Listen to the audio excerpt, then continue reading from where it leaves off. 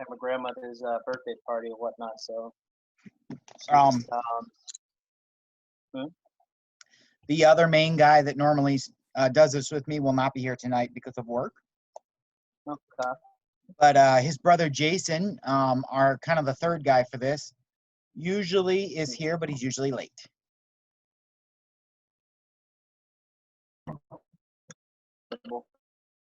So we should be just fine. Gotcha. Let me hang tight real quick. I'm gonna grab my charger real quick. All right. I'll be right No back. worries.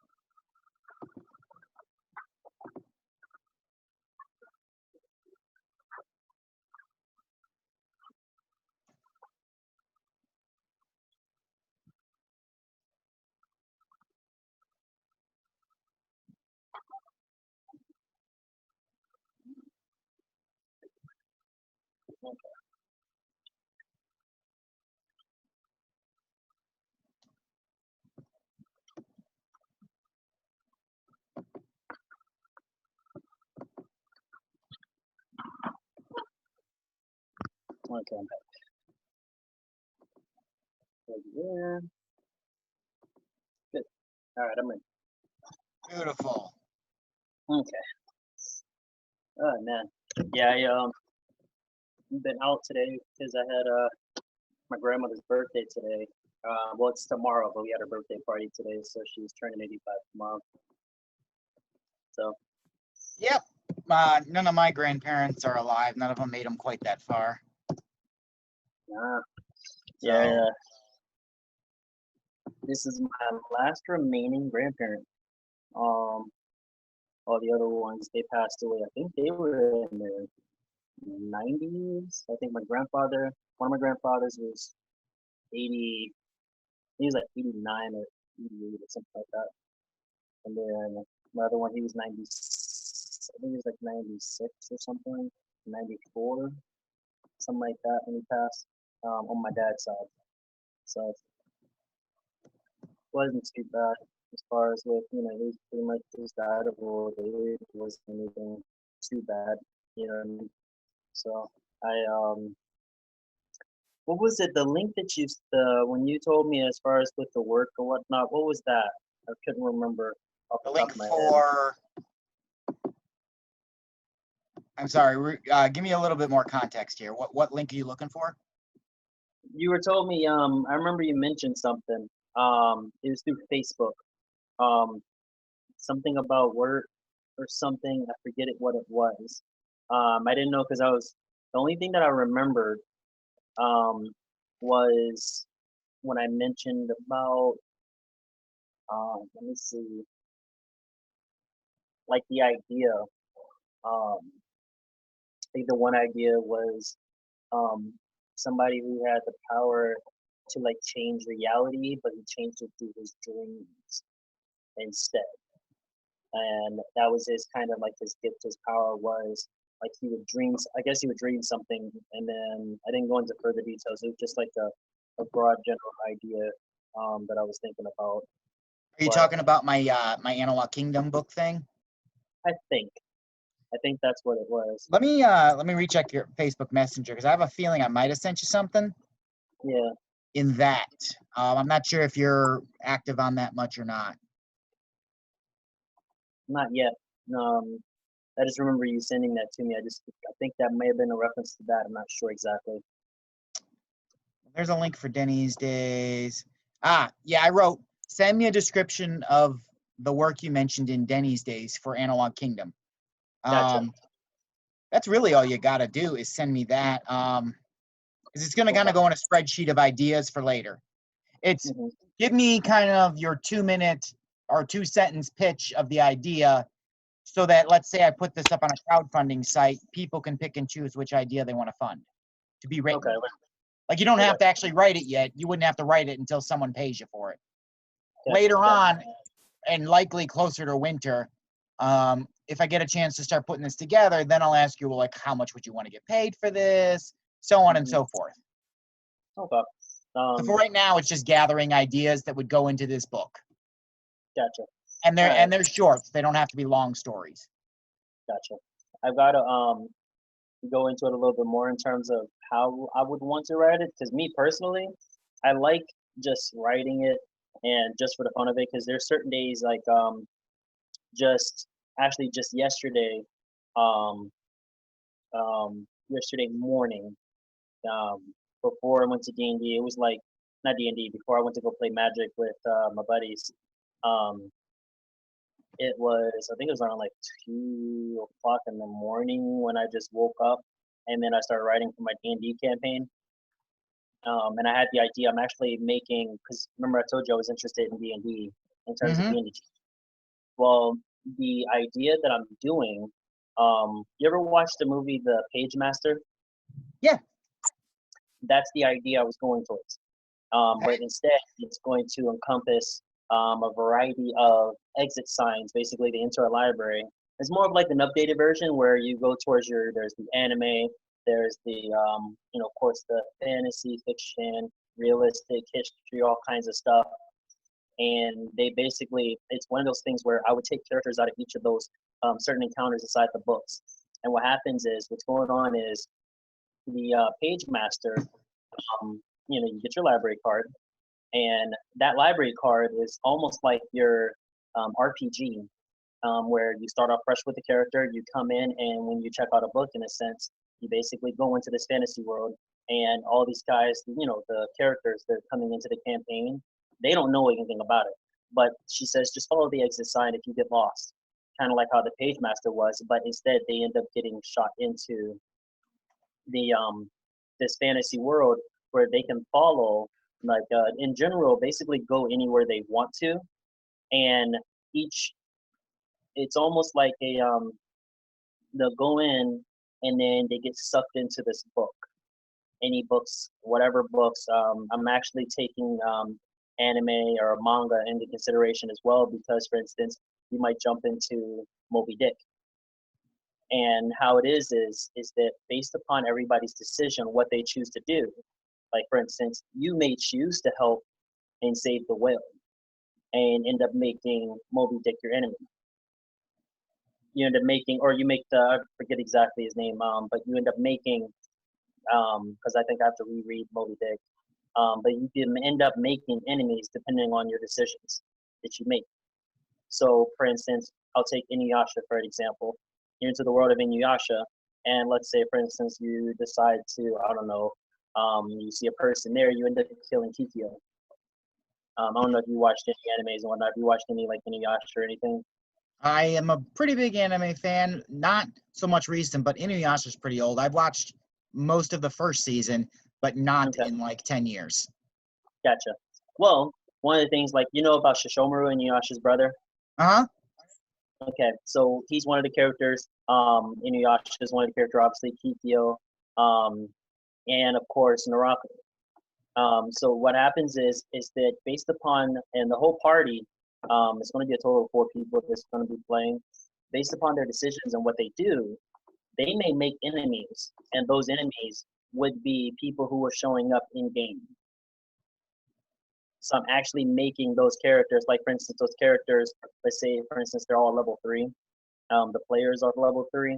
They'll enter it, and that's why I say each of the worlds during each session can change based upon their levels. And I can obviously, each of these characters that I create, they're going to be customized characters.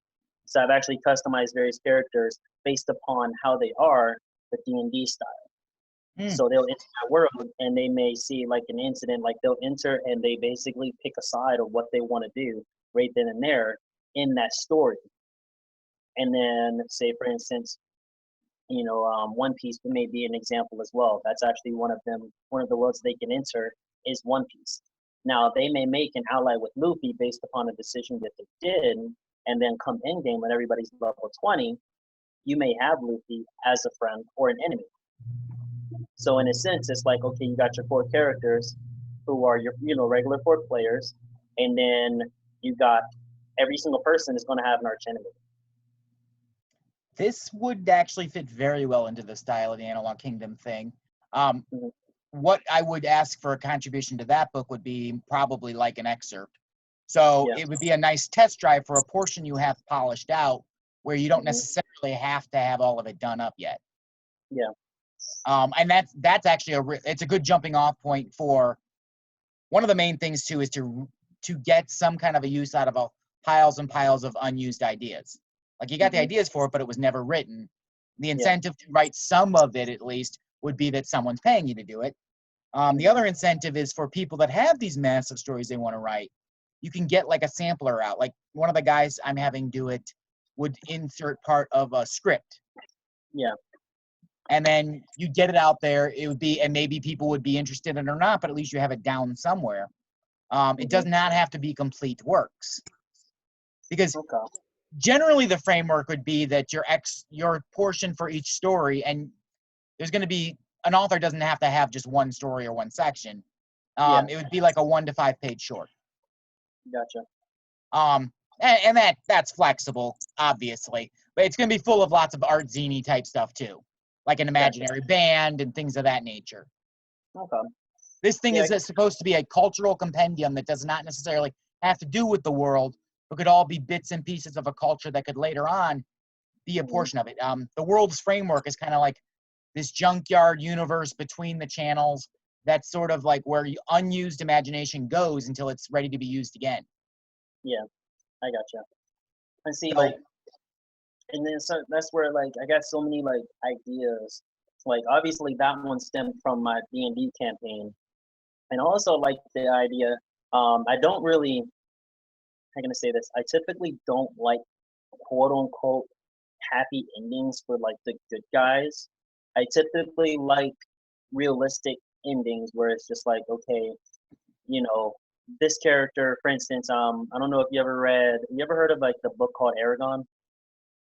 I've heard of it. I've not read it. I'm not big into the fantasy stuff. I got more into sci-fi. Well, with this one right here, I actually ended up getting an Aragon because I love dragons. They're one of my favorite fantasy type creatures because there's such a variety of characters with dragons. You can go to the dumb, animalistic, just brute dragon, and then you have that highly intelligent dragon that will sit there and hold a conversation with you. And if you can hold a conversation with them, suddenly they find interest in you, and you're not just some dumb brute here to take their treasure type thing, those type of stuff. So it's when I read Aragon, I actually read it's called the Inheritance Cycle.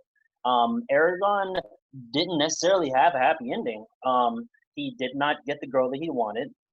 He ended up having to take on the responsibilities of being, the new dragon rider master, and having to go off into the land of, I believe, where the original dragon riders are, and leave his family behind to train the new age dragon riders, because he took on that responsibility. He went from a little farmer boy, to this, dragon rider master who has his scars, and he has to take on this responsibility where his elf friend, the female, who he loves, he can't be with her. You know what I mean? Realistically, he can't. He takes on the responsibility. He can choose to, but the responsibilities of everything that he has to the dragon race and rebuilding them, he takes that on as a character. And I like that realistic approach towards it. Not just, they live happily ever after type crap. You know what I mean? It's more realistic style approach to a fantasy realm.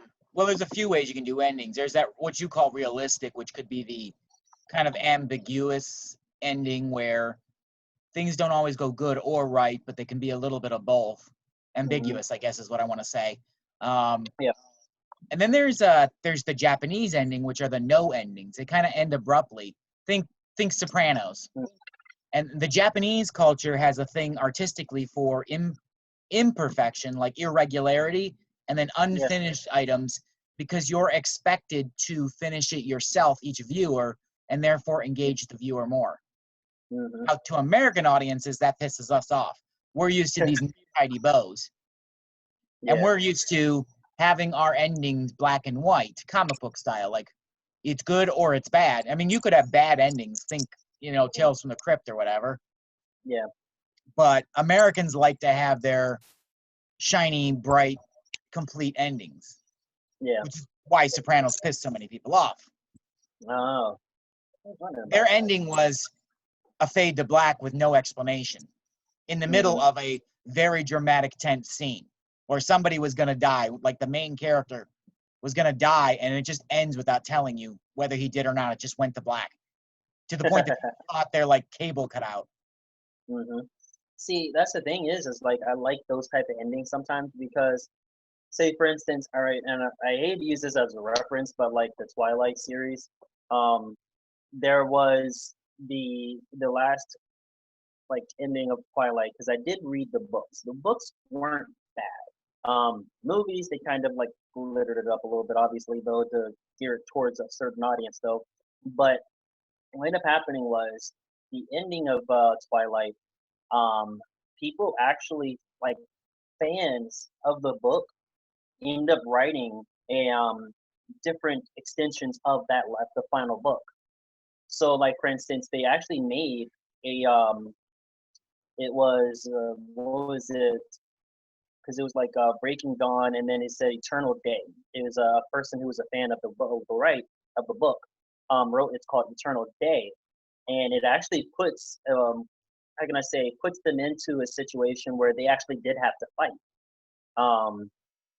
And I thought that was pretty cool though, that the fact that they like you have people who are the audience who would sit there and they create their own imagination of what happens. They create their own, I guess they use their own thoughts, opinions, and how they feel the story continues. And I don't think that's such a bad writing. Like I don't think that's a bad idea. That's actually pretty nice. If it's done intentionally, sure. That's kind of one of my driving factors behind a lot of my artwork too, is that I not only make it interactive, but I don't like to explain it because I like to hear other people what they think about it, and then it kind of takes on this multi-universe, alternate universe effect, whereas this one singular item could have multiple different meanings across different people. And I like the idea where the Analog Kingdom is kind of a story like that too, because there'll be alternate versions. So think if you wrote the story, but you got a point where you can go two different ways. There's 4 different versions of the book, and I won't tell anyone there's 4 different versions. Yeah. So your story in one version could be different than it could go a different way than it will in another version. So I encourage that because I want to see like, here's this moment in time where one little thing changes and your story is entirely different. Yeah. And it's if it becomes, I mean, not that I expect it to be this big fan-driven series, but say there were fans of it, would they ever notice that there's these differences? Yeah. Like I would have 4 different listings on Amazon, and I don't know which one you'd order, but you would get one of them, and let's say your friend ordered the same book. Would you notice there'd be 2 different versions? That's would you true. notice the differences? Yeah, that's true and it also depends on, see, that's where, like with me, I like writing things and like letting people interpret what it is, not just saying it directly. I don't like sitting there and like spelling it out for people. Like for instance, even if it's something as simple as, remember the one poem I wrote, it was as basic as a man getting a woman's phone number.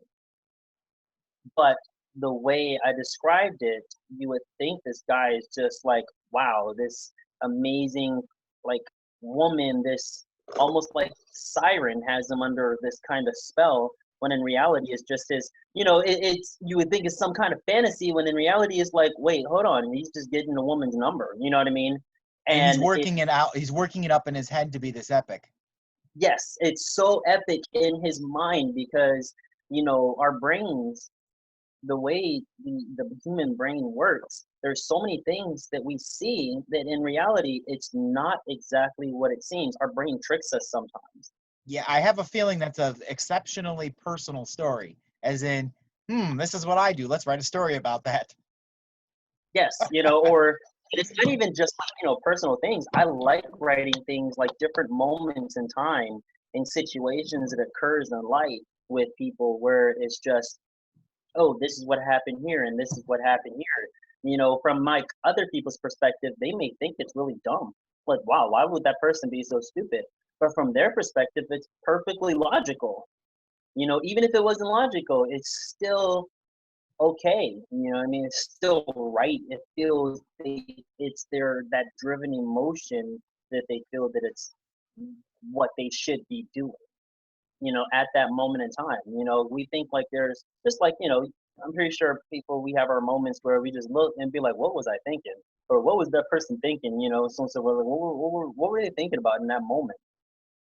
From the outside looking in, it seems different.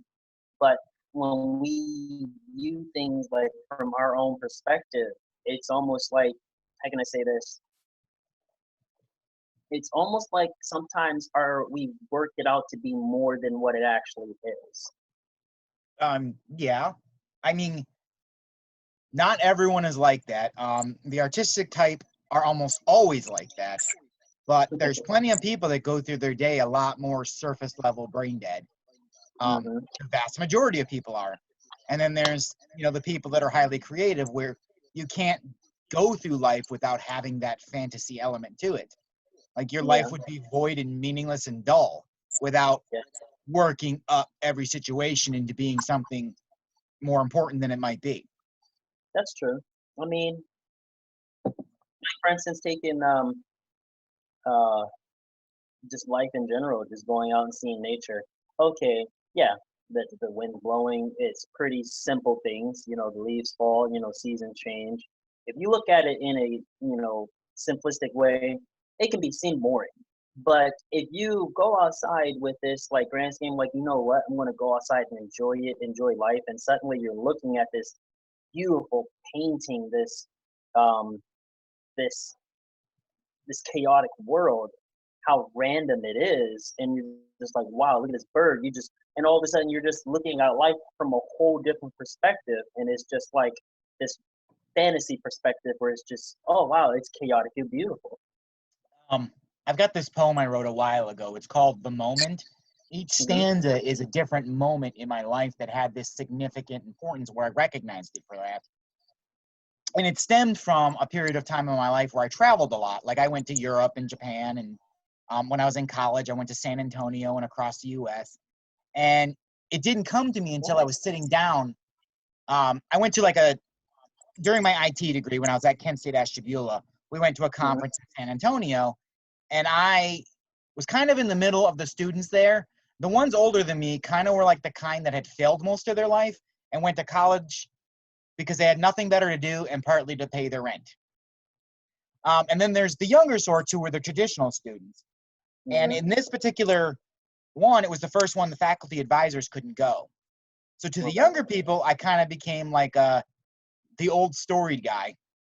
So we sat down for dinner, and I would explain to them, like, don't just come here for this IT conference, come here and see this place. Like, Hmm. there was one professor's children that were with me who had never been to an art museum in their life. Whoa. And they were in their 20s. And I was going anyways, so I'm like, just come along with me. This particular museum's free anyways. Yeah. And then we went to the Alamo, and because I had a whole itinerary of like, look at all this cool shit. And they showed up just thinking they were going to the conference. I'm like, dude, look at all the cool shit here. Like, there was a Dick's restaurant down the road. I'm like, fuck yeah. It's a restaurant where they treat you like shit. Yeah. So I didn't was ever able to articulate it, but there's this point in every of these big trips where I call the moment. It's usually in the middle of the trip where like you've blown through half your itinerary, you're sitting down, and it's then when you're actually present and you get to kind of like, wow, that was some cool shit. Hmm. And then you kind of blow through the second half of your trip, and then you're home. Yeah. So I was explaining, I finally gave it a title then, and then I wrote this poem about it. And of course, it includes some other elements in my life, like kissing for the first time my ex-wife, and then later on the woman that would become my son's mother, and then the birth of my child was the end of it. Hmm. Um, but it's these significant moments in your life where you actually are present enough to recognize that beauty of it, where most of your life you're kind of just blowing through it. Yeah. And then you, like you said, you'd go outside and you look at the birds and you look at all the simplicity and go, holy shit, look at all this that I've been around for 5 years and just now noticing. Yeah. And it's interesting too, because I was reading a book. How, remember, I think I told you guys about it, how not to give a, is it How how not to not, give a fuck. yeah, how not to give a fuck. I think like And I've seen that a lot lately at like Target and Walmart. it was just interesting, like how, how when I sit back, and even thinking back on my younger years, how, I was always trying to rush here, but I still had the same mentality, because of like that same personality, where I like to sit back and just appreciate the moment, appreciate what's going on, take everything in, instead of always worrying about tomorrow, tomorrow, tomorrow, tomorrow. Oh, I gotta hurry up and get this done because this has to get done, and hurry up, X, Y, Z, and just rushing, working like a robot, and realizing, just sitting back, like, oh fuck, tomorrow may not even come for me. Yeah, it's been years since I've been able to actually do that. And the last few times I was able to do that was either on a trip, like being away from all of where you normally are. I'm Yeah. hypomanic, so I move constantly, I babble constantly. Mhm. So I rarely sit still enough for that. And then my birthday present to myself every year is that there's a day I'm not allowed to work, or at least in the evening, like when I get off work. Yeah. Because otherwise I would fill my time with like, an art project or something on my computer or my kid or something else, or, Yeah. housework, Hmm. basic shit, because I'm anal retentive about organization because Yeah. I'm like a junk hoarder. It's funny you say that, because there was a thing in there. It was a different book, How to Manage Your Day to Day Base, How to Manage Your Days, and it actually says that, what you just said, where it says you need to take time and literally just be like, nope, this is your, like, even if it's for like an hour, where you will literally don't do anything else. Like, you're not going to, like, for instance, take phone calls, or you're not going to sit here and check your emails. You're not going to do this. You're literally going to step back and enjoy yourself, for even if it was just for an hour. You know what I mean? Remove yourself from those constants that you're doing every single day. You know what I mean? It says take a moment just to step back, and it And actually, like, we actually do need that. Some people obviously, choose not to do that because that's just how they are. But even then, at the end of the day, we still need to step back and just breathe. Even if it's for a moment. there's You know. exceptional value in that statement, and it's very valid for all humans. I just don't do it. If I sit still too long, I fall asleep. And not just because I work 60 hours a week in 4 days and then have my Hmm. kid for 3 or 2. I have one day Yeah. a week where I might be able to do everything and it's playing catch up. Hmm. Um, so that's part of it. And if I sit still, I'll fall asleep. But I've always been like that. Yeah. If I sit still for too long, I'll fall asleep and get bored. Sure. I So mean, I mean, and that's a personality quirk. But you're right. yeah. There is value in that statement, and that is something that I definitely should do because I Well, would certainly have a lot less anxiety if I did that. well, it works in that aspect, because, like, for instance, for me, um, what I found works for me personally, that's, just how my personality is. I can work that go go go go go fast pace. You know what I mean? I can't do that. Eat pressure for breakfast, constantly moving. I've had my days where I only had a couple hours of sleep, and then I moved on to the next hours working. I used to work 7 to 7, or there's days when I'm working 7 days a week. Things like that. But then, just me personally, just taking that step back and just be like, all right, breathe for a brief moment, read a book, write some poetry, just step back. That's my personality. Mainly what it is just doing something that you're passionate about. You know what I mean? And there's actually a video. I follow the guy on Facebook. He's actually pretty interesting. He says that his viewpoint, which I'm still learning about, I can't exactly say whether or not it's 100% true or not, though. But he says that there's one thing that the church doesn't teach you is that we may actually what the actual true God is, and that we are that God, that we as human beings, that we're extensions of this existence. I'm listening. I can still hear you. That we're this extension of this being, this existence, and we're all actually connected.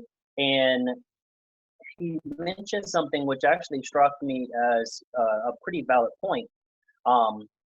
He said, have you ever had that moment where suddenly you're just working and you're not necessarily working, but you're doing something and you're so passionate about it that you don't feel like you're working and time just suddenly flies by, where you're suddenly just into it, you're focused. You're not distracted by anything, you're just focused, zoomed on, whether it's, drawing a painting, fixing a car or something, you're just so zoomed in and focused on that you suddenly forget what's going on around you. You're suddenly happy. You're not worried about being exhausted. You're not tired. You're just focused. And then suddenly you're just like, oh, wow. I just, oh, look, it's 5 o'clock in the morning. I didn't even know that time went by. That's that moment where we actually, as ourselves, that extension of this God, that we ourselves are actually we are actually the ones who are, connected like that entity. We're not, praising no God. We're actually the extension of this God ourselves. This is just this entity learning through, learning in the universe. This is the entity. This is an extension. We're all part of one being. We're just parts learning through this world. There's a couple of things. One, what you're talking about, I mean, that is kind of my moment, is my arting. But my version of it's very manic and energy driven. And there is a lot of my artwork they're like assemblages that are manically, especially I've been doing little action figure mashups, like taking broken action figures and sticking hardware on them and turning them into little pirate crew members for my kid. Those and a lot of past assemblages are like, here's a bunch of shit laying around me, and I get into some kind of zone where I'm not really thinking about what I'm making. I'm just putting things together until kind of subconsciously until it turns into this thing. That's kind of my version of it, where I shut off my brain. And then there's most of my art projects are meticulously planned out and thought about up here. And then they still have a little bit of that manic element as I go along, a lot of improvisation. So there's that. I had one other point I was going to make, and my memory already fucked me up. Oh, that's what I was going to say. Socrates. I think it's Socrates. Is it Socrates? I don't know. Plato. Plato's Paradox is a poem I wrote that was about this idea. In one interpretation of one of Plato's works is that knowledge is not, huh? You said Plato. Yeah, I mean Plato. I meant Plato. Okay. I gotcha. Do I keep saying 4 other names? No. I actually just downloaded all of Plato's work. I was going to start reading it. I had an intro to philosophy class that I needed as a humanity. I love the argument, but reading some of the works fully are really dry. I just like the argument about it. But one of an interpretation of one of Plato's works is that knowledge is not something that's contained within the human. It was seeking to kind of a spiritual sense where knowledge is sort of this eternal truths that humans tap into or latch onto. So all of these ideas and thoughts are always there. It's just that we happen upon them, tap into them somehow, and that's when we're getting inspiration. Think like a manifestation of the muses in a Christian element. And I wrote a poem about this, what if all of the knowledge that ever existed was at your fingertips? What if you could tap into everything that was ever thought? And what would you do with that power? What would it turn you into? And I played it like a Socrates Cafe, where I didn't answer anything in that poem. It's all questions about what would you do? Yeah. So the whole poem is a big question. Every line is more or less a question mark. Okay. But that's the idea, is that, like you were talking about, is that the knowledge is there always. You're just suddenly part of it. Yeah.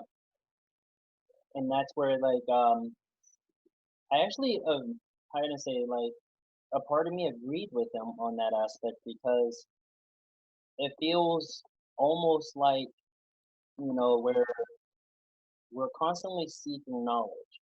And once we start tapping into it, and I think a lot of people, I guess some people get, I don't know, defensive about it. They believe that there's this God, this being, when in reality, I don't believe that that's actually, that's just, I'm going to say this, some people, I believe, use that as an excuse not to actually question things. You know what I mean? Use that almost as I guess they use that as a scapegoat. When in reality, I believe that we all are just, we're humans. We do some fucked up things, but what's right and what's wrong is ultimately decided upon ourselves. Yeah, I mean, a lot of people use religion as a way not to think so that they have absolutes. Whereas what I think the true meaning of spirituality is to expand yourself to thinking more and to thinking more cosmically than thinking just about yourself or just about the human race. Mm-hmm. And I mentioned before too, like one of the few ways that I might do that thing where you take yourself a moment is I do journaling. I write in my journal, and a lot of that'll often turn into works, poems, or whatever. That's why most of my poems are about me. Yeah. Is because I journal and then I turn it into shit, or I make up an imaginary story about something that did or didn't happen to me. But it runs through in my head. Okay. I have one of those very vivid imaginations where I'm constantly thinking out like how the scenario would go. I daydream so much I don't really dream. Mm-hmm. But my son's mother I dated off and on for years, and she's Christian and I'm not. Mm-hmm. So I would go to her church service with her, one for her, and two because that's where my son was. Yeah. So if I wanted extra time with him, I'll go and sit in the service and then pick him up and do our thing. And he liked playing with the other kids in the Sunday school class. Yeah. But what I would do during those sermons is kind of take it as a meditation and do journaling. And sometimes it would be related to what the guy was saying. And sometimes I'm not even paying attention to him. I've got something in my head I want to work out on paper. Yeah. So then it's there, and whether or not it leads to anything, it's at least out of me. Gotcha. So I stop obsessing. I have one of my like anxiety quirks is forgetting things. Because I'm hypomanic, my short-term memory is shit. So I write everything down. My long-term memory is fantastic, but to get it there, there's a big hiccup between the middle. So I write everything down. And I have this obsessive, like, I had to take it to my computer so that it was organized enough to ever access again. So I have this obsessive amount of terabytes of data of notes on shit and journals and videos and whatever. Mm-hmm. I mean, you look at my YouTube page, it's full of random bullshit. And that's why it's organized into playlists. Oh shit, nice. Oh yeah, I've got all kinds of shit. But when you're talking about the idea of God, it came up to me, and that thought came to me as a story about a friend of mine that passed away when she was 21. Mm-hmm. It was I don't have really anybody close to me that died. I wasn't close to any of my grandparents. My mother's parents I hated. They were terrible people. My dad's parents, I didn't know his mother very much. She was a decent enough person, but she died when she was 60. Oh, My shit. dad's father took off on him, and the only time I ever saw him was at his funeral. The guy in the casket looked like an older version of my dad. Exactly like an older version of my dad. So that image blew the fuck. I know that destroyed my dad. He's one of those macho, like, don't deal with your emotions type much. And seeing that, you could visibly see this look on his face, the horror he saw of basically seeing himself in a casket. Mm-hmm. Especially because he had to deal with his mother's death a few years earlier. And his mother raised 6 kids all on her own. She got married 3 times, and none of them worked out. So, and then the last one was a stepfather that my dad fought with so much that he left when he was 16. He was a street kid. He spent most of his nights on the street in Madison. It's a small podunk town, but he spent most of his nights on the street because his mother was working, and then a guy came in and tried to put down authority. So what's a teenager going to do? Oh, fuck you. Yeah, be defiant like you should. You know what Yeah. I mean? That's how. You never grew out of that fuck you defiant attitude, ever.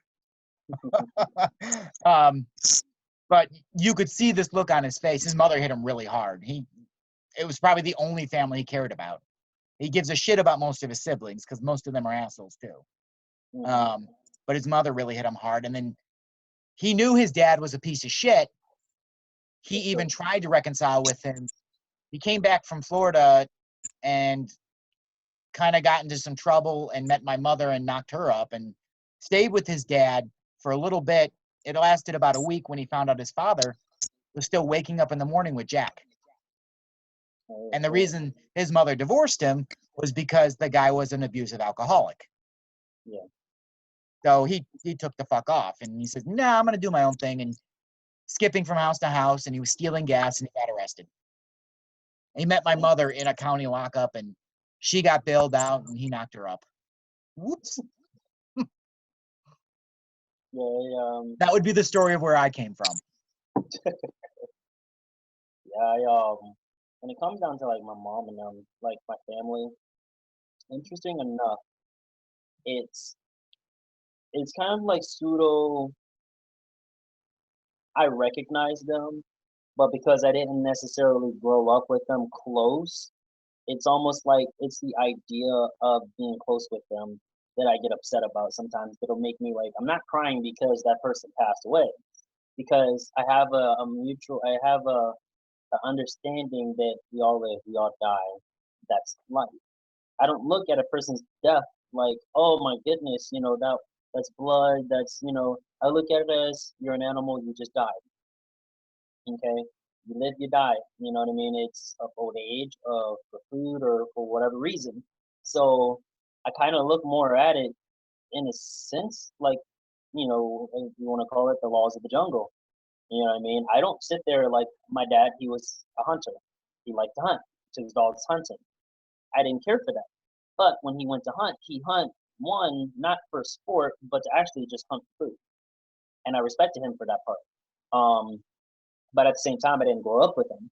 I knew, I kept being able to see him here and there, but it was one of those things where it's like, my mom made it hard for me to actually see him. But me as a kid, I didn't know. So when it came down to it, I actually ended up learning like why I couldn't see my dad as often until later on, when my dad explained to me. He says it was really hard talking to my mom sometimes because she was hurt pretty bad with what was going on. And honestly, I didn't even ask for an explanation of what happened between them. You know what I mean? I didn't even care enough to bother with asking. My dad told me it went in ear, went out the other. My mom told me it went in one ear and out the other, because the way I looked at it was, I was just like, honestly, I've always been that free person where it's just like, I make new connections, those connections break, I make new connections with somebody else, and so on and so forth. Who stays, who goes, it is what it is. That's life. I've always been that type of person. You know what I mean? Just going about it. And it's the same thing, even relationships. I will have moments where, like, how can I say, like, my aunt would die. One of my aunts died. Or no, actually, one of my uncles had died on my dad's side. Now, I recognized them. I've seen them here and there. Like, whenever I came into town, so on and so forth for school, or whenever I came past and actually saw him. Really cool guy, but I didn't know him on a deeper level. And then when I cried at his funeral, people would ask me, they'd be like, "Oh, you did you know him, this and this?" And I was like, honestly, I knew of him, and he seemed like a cool person that I wish I did. That's where it's like makes it sad for me. It's like, damn, I wish I, had that type of, connection with some people where it's like, oh, damn, I wish I had that type of personality, But it makes dealing with life and death pretty easy for me. More, well, not easy, but more simplistic and understandable. Where it's like, okay, somebody passed. Like, for instance, if my mother passed, yes, I will cry. I will be sad about it.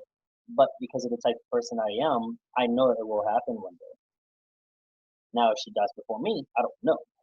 It's I didn't ever really get emotional enough to cry about anything until my son was born. Well, there was one breakdown after my divorce, and then that was it. Like I didn't cry at all for my divorce except once, and that was watching SpongeBob. And things, yeah, it was weird. Like when he lost Gary, something about that hit me, and that was it. But I mean, I went to plenty of funerals. I do well at them because I don't get emotionally attached. So I'm the kind of guy that wants to try to be helpful. Yeah. And I had a few second cousins die. One of my cousin's fathers, no one I really knew. I had an uncle recently who died of suicide. I knew him personally, but not closely. Wasn't close to my grandparents. I mean, I'll be pretty sad when my parents die, but we have a strained relationship, even though I see him every week. My father's terminally ill, so his time is running out. But he, despite his problems, growing up, he worked 70-hour weeks in 5 days so that he'd have the weekends off with his kids. Yeah. So he busted his ass for kids, and that's not something I'm really appreciated till I had my own. Yeah. But you know, he also sold pot to my brother's friends and was still kind of never grew out of that party boy mentality. Yeah. But he grew up not having a father, so when he accidentally had a kid with my mother, he was bound and fucking determined to have that nuclear family as much as he possibly could. And he did really well. It didn't always work well. And my parents are still together, but more because of what else are they going to do? My dad's dying. My dad has supported my mother through several prison incarcerations. So like it's her penance to take care of him until he dies. Well, I mean, But then a kid happens and it rewires your whole fucking mind. no shit. That's another thing too, because when how can I say this? When it comes down to like the decisions we make, I believe that, like I said, when it comes down, there's a fine line when it comes down to like right and wrong, and a lot of times, um, when people make the decision to just, hey, for instance, leave a relationship or choose to stay, and there's like, for instance, they may be in an abusive relationship. A lot of times, like for instance, like with my sister Buttons when she used to get fight with her ex, Sharon, and I'm talking about like fighting, like dogs and dogs. You know what I mean? Literally just scrapping at each other. I used to see her swinging on him, him swinging on her, just back and forth, just fights. And my mom used to just jump automatically. And I know, from her perspective, being a mom, that's just her decision on that one right there. And I sat back and I didn't feel sorry for the fact that my sister was getting into a fight with him. I mean, I love my sister. Don't get me wrong, I love her. I care about her. But she chose and she made the decision. Now, whether or not it was the right or wrong decision, that's entirely up to her because for her, it was right to stay with him. It was right to help him go through this. You know what I mean? Even though her ex Rodney was a drug dealer and gave up that entirely the moment he found out that my sister was pregnant, and he was like, I'm not bringing my daughter into this. I'm going to go ahead and get a factory job. Lazy as fuck. But he did that for his daughter. You know what I mean? Like the fact that my sister respects a guy who came out of jail and did all this stuff. That's why I say, like, when it comes down to our decisions that we make, we are our own creators for what we choose to do in life. Now, do we know what's going to happen in the future? I don't believe so. But I do know that I believe that, like, for instance, if we come to accept the fact that we will die, and sometimes it's hard to accept that. You can see, like, for instance, with celebrities, how they do all these, like, plastic surgeries and stuff. That immortality, the idea of legacy was a huge part of my art until I had my kid. And then, well, actually coming up to it, I started to reverse it and had more of an obsession with the natural decay of things. So I had projects outside with plants. Mm-hmm. And like how that would get reclaimed over time. Yeah. Like it's funny because if we look at just the basic animalistic survival instinct, procreation, what's the best way to secure our legacy than to procreate? We know that we will partially live on through our children. So that's why it's such a game changer when it comes down to when we have kids. One of my collections is this thing I call People I Don't Know. And because I'm a trash picker for my art, I come across lots of people's old photos and videos and things like that. So 2 days ago, this is trash picking season when they do like the big spring cleanups. And they're a few months off because of COVID, but they rescheduled them.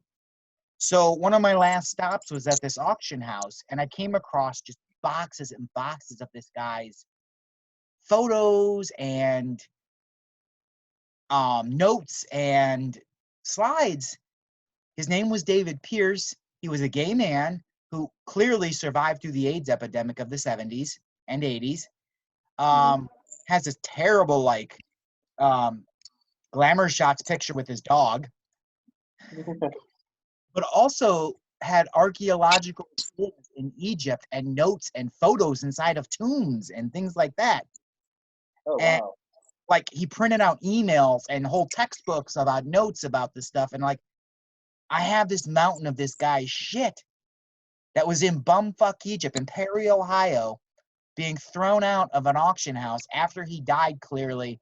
And some rando like me comes across this guy's entire life. And that's all that's left of him. I mean, if he was gay, he likely never had children. It's not like he would adopt easily during the era he grew up in. That's true. That's true. So, and he probably wouldn't have a genetic child. No. So it's just weird how that all of this guy's life is this, and he had this amazingly interesting life. Yeah. I have an idea for that as like a web series or something. Yeah. It's not my first time finding cool ass shit like that and like these weird ass found random people. See, that's the interesting part about it. Like, that's why I I like the idea of chaos. I love chaos because don't get me wrong. Like, for instance, whenever I play Magic, whenever I build my decks, I typically don't run under the aspect of white. Reason why I don't run under white is because each aspect of Magic. You ever play Magic? No, I don't have the attention span for most of those role playing or card games. I lose interest really easily. I'm capable of them. Like, I'll have the imaginative element of it. When it comes to D&D stuff, it's the attention span. When it comes to card games, my mother ruined all card games for me. Oh, what happened? I hate them all with a passion. I won't even play them with my son, except for one card game called Flux, because I know my mother could never play it. She went to prison a lot. She's a card shark, and she's fiercely competitive and would punish me if I won. So I'm not happy with those things. I hate them. No, it's but when it comes to there's nothing wrong with everyone else enjoying them. I'm not going to shit on someone else's parade. Oh no, you're fine. When it comes down to like Magic, basically the reason why I actually enjoy Magic is because it stems into a lot of philosophy. With personality, with the color wheel, they have your white being the uniform society, ways of society. You have like certain people, everything has a certain way, almost like a socialist point of view where it's everything has to be, we're all not individuals, we're all one society. And if you go outside of those norms, you get penalized for it, even like amongst everybody. Blue being the intelligent, thinking for yourself, knowledge is power, gaining intelligence. No. Think before you act. We're not emotional, logical. Red being the fire, passion. Think on your emotions. What drives you? Do what you feel like doing. Green being nature. Everything has a place in the world. Natural order. Survival of the fittest. And then black being the selfish, doing whatever it takes to fulfill your own desires and your own, even if it means doing things that people consider wrong, you still would do it anyways because it meets your ultimate objective. And that's where it's like, I enjoy that aspect when it comes down to the philosophy of it, that it's not just black or white, it's a variety of personalities when it comes down to people's that, how can I say this? when you take a combination of those colors, those personalities, you create something. And that's where I like the idea of chaos, because that's why I typically don't use white, because I like chaos. When something randomly happens, even if it's because I don't know if you ever see those like any movies or anything like that where like they show something and they like maybe drop a pin, and then that pin, there's like a ripple effect of how one decision affects the world. The butterfly effect. Yes. There you go. It's one thing that like just one thing that you do can affect. That's a strong artistic idea of mine, especially in the analog kingdom, whereas there's this one moment that can go 100 different ways and drastically change what happens afterwards.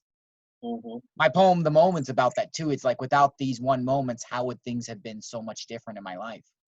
Yeah. But it's that it could have gone 1,000 ways and somehow all conglomerated into this one way. Mm-hmm. You ever heard of the comic book writer / director Jeff Johns? Mm-hmm. He's done a ton of shit. He's known as a continuity fixer in the comics. He ran all the CW shows for a while, like the DC Comics CW shows. Yeah. And then he went back to comics to write a Watchmen / DC crossover. It was a pet project that he just fucking loved. He's great at making these elaborate connective stories that will connect a million disparate elements into one thing that sounds logical. Organized chaos is kind of his thing, and it's something I'm attracted to. One of his major contributions to Green Lantern before he left was something called the emotional spectrum. Oh, yeah, I heard that. There is the Green Lantern, but then there's a color for each of the colors of the Roy G. Biv rainbow, and each stands for an emotion, and all those characters have powers. And then he made those fit a lot of characters that already existed. Mm-hmm. So what he calls purple is actually, it looks more pinkish because it's the star sapphires, and their emotion is love. And then there's green, which is will, and green was chosen by the Guardians as will because it stands at the middle of the emotional spectrum. So henceforth, the most stable. And as you go either way on the spectrum, you get less stable or positive and more negative the other way. Yeah. So if you go one over to yellow, on the negative side, you get fear. Mm-hmm. And then next to that, you get orange, which is avarice. And then next to that, you get rage, which is red. But if you go all the way to the further end, you get black, and that's death. Yep. Going the other way, blue is hope, next to thing. And the way they fit is that, like, the general idea is that will is in the center of fear and hope. Mm-hmm. Like, it's the between combination of the two. Yeah. And then if you go further down the line, each one would kind of go the same way, whereas love is halfway between fear and rage, or fear and avarice, I guess, is the way they would go in. Let's see, blue. They use indigo too. Blue, green. How did Biv? Indigo would be compassion, which is between hope and love, I think. Yeah, somewhere like that. You get the general idea. So each stands for an emotion. Then he made a bunch of characters that kind of go along with it. It's that idea that each color would represent an emotion, and this, if you're working in the world where everything is a mix of every color, all emotions and people are a combination of all these colors and powers. Yeah, I actually read up on that. Like I said, Blackest Night is where it really kicked off. That was like the culmination of it.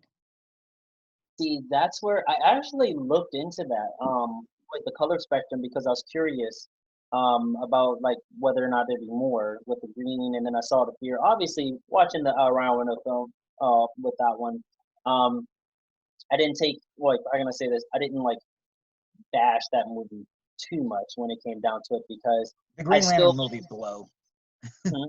The Green Lantern movie blew. Yeah, it was bad, but I'm optimistic with stuff because I'm like, hey, I take it as a whole, and I'm like, I'm gonna look into this and wonder why the movie blew. That's where I kind of stemmed into it, and I looked into the green. I was like, oh, that's where they kind of messed up on some stuff. Yeah, okay. But looking into the color spectrum, and then I found out there was one person who, what was it? There was a few people in the comics where they mastered all the colors of the spectrum, where they had, like, I think they had one ring. What was it, a white ring or something, where he mastered all of them? Yeah, for a short while, Kyle Rayner wore the white ring. And that was it. There's like one panel where like all the rings show up to him at once and go on his hand all at once. And that's where he starts to get all fucked up from this chaotic emotional thing. And then they go away, and it's sort of like a harbinger of him becoming the White Lantern. Yeah. The possessor of light. And, you know, if you're looking in the idea of energy and color, white is all the colors combined. Yes. And black is the absence of all color. So life is actually the culmination of everything you feel. Yeah. If you ever want to crash course in just that general comic book knowledge, go get the graphic novels from your library of Blackest Night. There is a follow-up called Brightest Day, but it's not important to read that. It's not nearly as good. Okay. Blackest Night. Yeah, Blackest Night is definitely, that's like a must-to reading if you want that. But then I was so obsessed with this, I did a panel for it at Any Geek Expo. No one else was as interested as I was. But me and my friends had like an hour-long conversation about it that I recorded. It's called The Philosophical Ramifications of the Green Lantern Universe. It's on my YouTube page. If you're not really into this shit nerdy-wise, it's boring. But it's, how would that apply to our real life? Like think about the ideas of what are the core emotions? Like if you boiled everything down to that, where would the signposts be? Because every emotion is kind of a combination of multiples. And then can you represent them as colors? Sure. There's actually a French philosopher that did at least the studies on like what are the core emotions. Oh man, is Jace? I'm seeing the Yeah, bottom I'm of it. trying to get him in, but he's not like connecting. Jace, can we hear you at all? Can you hear us? I think he's having connection issues. That's our third man that I tell you that's usually late. Aaron's brother. Gotcha. You know it's oh, I thought I heard something. You know what's funny is I wanted to start this off by like reintroducing the idea of topics because I felt like we really blew our currents last time. And normally it's like, give us your 5-minute currents, what you up to, and then, but I wanted to leave it with a really loose, like, here's the topic. The topic would have been, hey, what's your current ideas? What you thinking about? Like projects or anything like that. And you kind of just did it naturally. Yeah, it was fun. I liked it. It's cool. So I'm just waiting for him to get on, and we'll see what he thinks. But did you see the message from him? Yeah, I see the message. Okay. He's working on it. Gotcha. But unless you have something you want to say, I was going to read that poem I told you about that kind of introduced an idea of God through the filter of a dead friend. It's a real short piece. It's more prosy, so I'll get to it. It's called A Friend. It is started by me, but I want it to be completed by one of her other friends. So I think it's incomplete. Gotcha. So it's kind of a narrative. Okay. Give me 1 second. Let me pull something up real quick. Yep. Whenever you're ready, I'll start reading it. Okay. Go ahead. Probably freeze my thought as I go, but I'm listening. All right. Startled, I jump. I have awoken in a bed, not mine, I think, but one that might have been an amalgam of all of them. It smells vaguely of lost loves. Hello, Ryan, I hear from the darkness, once again making me jump. Standing in the doorway is a slight young woman. I could have sworn she wasn't there a minute ago. I step towards her. Rather than getting closer, she slowly illuminates more, like a dimmer switch and a camera coming into focus simultaneously. Stark realization overwhelms me. I rush over and close the distance in a blink, wrapping my arms around her, tears trailing behind me. They remain suspended in the air as globules of liquid remembrance. Heather? I thought you were gone, that we lost you. I am, and so are you, at least for now. She pries me from her and pushes back into the darkness. Am I dead?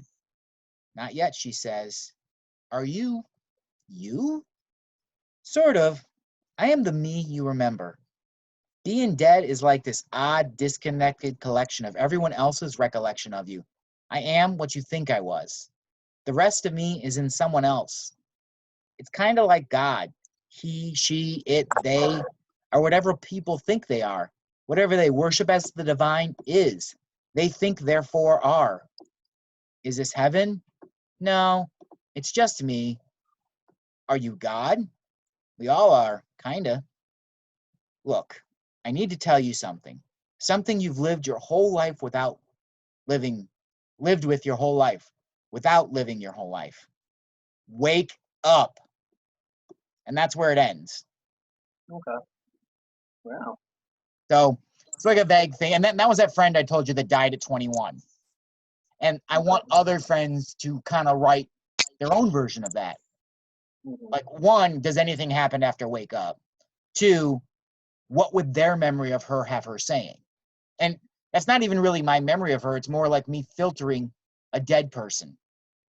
Like, what would after this be like to her? And it's not really her, it's what I think she is. Okay. And that everything that we think of as God is God. It's if you've ever seen the Neil Gaiman series American Gods, it's a bit like that. Like, what is worshipped is what people think is worthy of worship. And these deities only exist as long as people think they're deities. That's true. Yeah. Well, like I said, like it actually can be basically whatever we're the creators. Like how people say, like, how can I say this? When we believe that like this is the afterlife, this is where we want to go. I think it's honestly like ultimately up to us when it comes down to like what we like what we want to create in this world. We're out here seeking knowledge, and then next thing you know, it's just, when we die, our spirit, our body gets left behind, but our spirit actually reconnects, and then we may, whatever happens, I think we may reconnect into another body to learn something else, to become something else. You know what I mean? So I don't know. It's obviously it's something that we can't explain though, but I actually pulled up another one of my poems that I had wrote. Whenever you're ready, I'll go ahead and read that one. Did Josh say anything yet? I saw him dip out for a second. I didn't see him on here. Let me see. Did Josh pop in? I didn't see that. No, I saw him like disappear. I know Jace came in and out. I don't know. No, I didn't notice that. Yeah, I was trying to look up the name of a comic. Okay, sorry. No, when you were talking about the idea of whatever you think of as God, there's this other really, really good comic about that idea. But I'm going to write Blackest Night. I really wanted to look up this other comic really quick. And then I'll focus on you. I wrote it down because I loaned a copy of it to my son's mother. I like getting into one of the fun things, and what I think is sexy about her is her intelligence and finding these. I love having these religious debates with her. I still would love to have them if, she didn't hate me for being years of spiteful. I loaned it to her, and now I can't remember the damn title of it. Oh, Promethea. Promethea? Oh, God, that is an excellent mindfuck of an existential comic. And it ends just as mindfucky as that is. Promethea. Okay. Matter of fact, the last goddamn book of it, every fucking page pulls out into a 4-page fucking poster comic book Venn diagram kind of a fucking thing. It's exceptionally artistic and exceptionally well written. Gotcha. All right, I'm ready to listen whenever you are. All right. So, this one's called My Demons. All right. Crushed bones, down deep, I swallow the pain, rip up my shame, and call on my pride. Hate don't satisfy demons with them. They know my true name, torn flesh peeled off this grotesque shell. Destruction and fury coincide. Can't hide the real demon from this mirror I see in me. Promises you can't sleep, that you can't keep. Don't sleep. Terrorize all these toys. They think they're unique. Yet you seek attention from me, not knowing these demons don't blink. Burning plastic, showing your truth, dripping in sin like me. Nothing but a joke, a gag, a rag doll. Arms fell, flail, not even a smirk. Not till they're done with you, the real you. No wax display. Fuel my hate, eat the pain. I know it's insane. Think this mind isn't aware of my claim. I pity you. My demons don't even enjoy you. Death can't save you. You don't even know you. Sit back, enjoy the show. Here's an extra seat. Your angel and carcass can have teeth. Think twice before you wink at my demons and me. That's it. Sounds kind of heavy metal. A friend of mine, Jeff, I read that to him. He was just like, "Holy fuck, dude!" And I'm just like, "He's like, who fucked with you?" And I was just like, "No, that one I just like did." That's your response to organized religion? Yeah, pretty much. Like, just we all have those, that, like I said, we all have that like light and darkness in us, and ultimately, it's almost like the wolf tale where where the kid asks which one wins, and it's like whichever one you feed the most.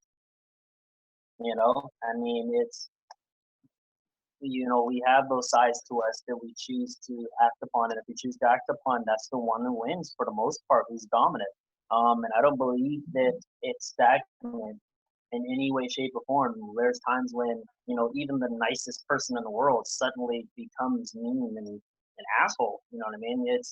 But whether that's not necessarily good or bad, that's just the person. That's different aspects of his personality. Whether or not we choose to act upon it is entirely up to ourselves. We are our own creators. And that's where when I wrote that one, I was just like somebody who, like I remember my ex, she told me, she was like, "Oh, she's very, very Roman Catholic, God this, God that, God this, God that." And it drove me nuts whenever she used to sit there and blame God for the stupid shit she did. Like, she's one of those type of people that will go to church on Sunday and drink and just be a hoe the rest of the week. Yeah. You know what I mean? I come from this small town of Madison that has as many churches as they do bars on every corner. So I've got this old redneck joke that is, you might be from Madison if you stumble out of a bar on Saturday night and fall into a church on Sunday morning. Yeah, and that's where a lot of times I remember, and this is the hilarious part. I actually got into an argument with her over what is classified as meat.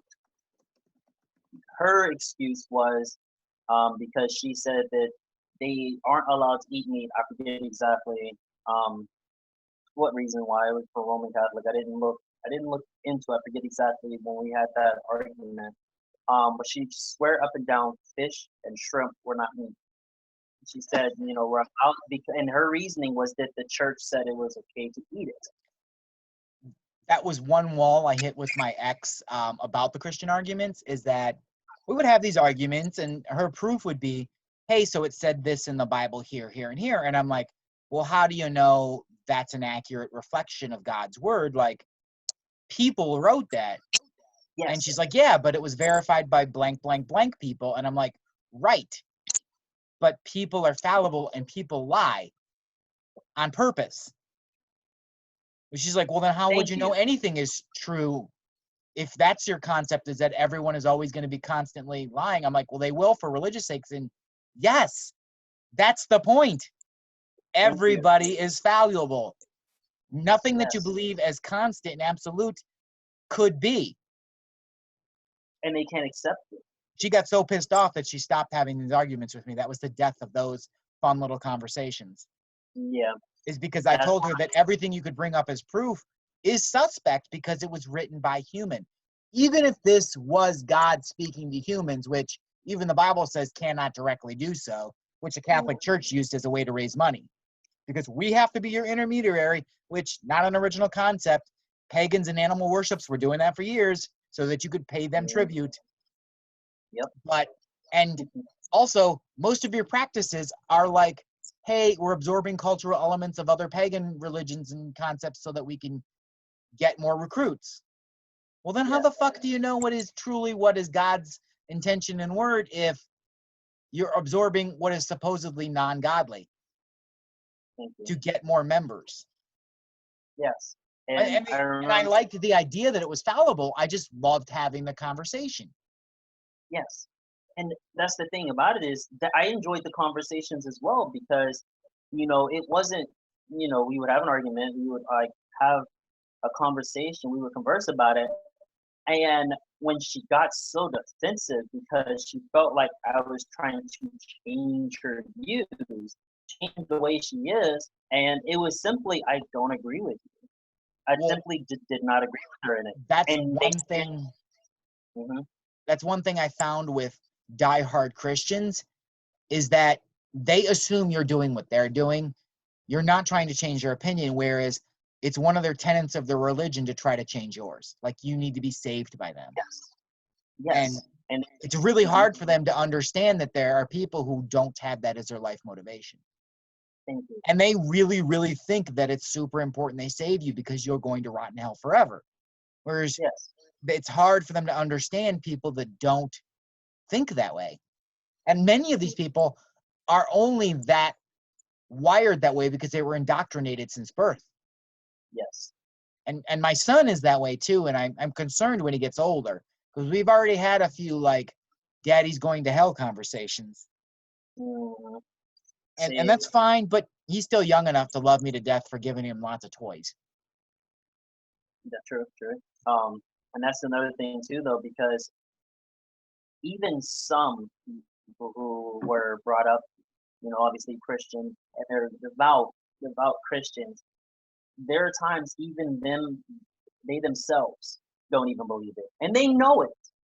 They know it because there's times when me and her had conversations and stuff, and she would sit there and say something off the wall that was against her religion, but it's okay because she said it. But if I say it, it's no, you can't, no. But I'm like, but you just said this, and that has nothing to do with what's in the Bible. But it's okay for them to say it. And my son's mother lived in constant anxiety because, one, well, you're gonna sin. There's no way to avoid the sin, but you have to kind of have penance for it and believe in God and ask him for forgiveness. So you can't always live perfectly. That's impossible, but you can always try to come back to God. And she was, one of the tenets of her faith was no sex before marriage. So she was a 32-year-old virgin when I met her.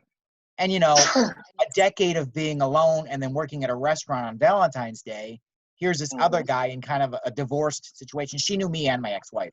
We all worked at the same place.